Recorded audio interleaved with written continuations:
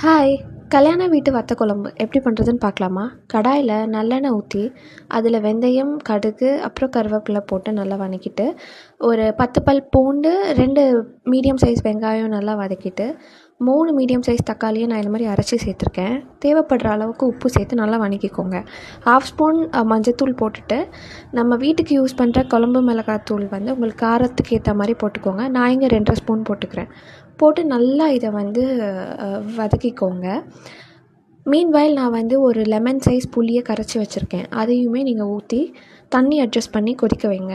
இதுக்கு நான் வந்து ஒரு குட்டியான வெல்லம் சேர்த்துக்கிறேன். ஸோ தட் உங்களுக்கு டேஸ்ட் என்ஹான்ஸ் பண்ணும்.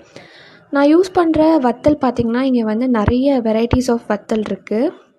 அது எல்லாத்துலேயும் கொஞ்சம் கொஞ்சம் எடுத்து போட்டு வறுத்து அதுக்கப்புறம் கடைசியாக போட்டுக்கிட்டேன். கொஞ்சம் பெருங்காயத்தூளும் போட்டுக்கோங்க.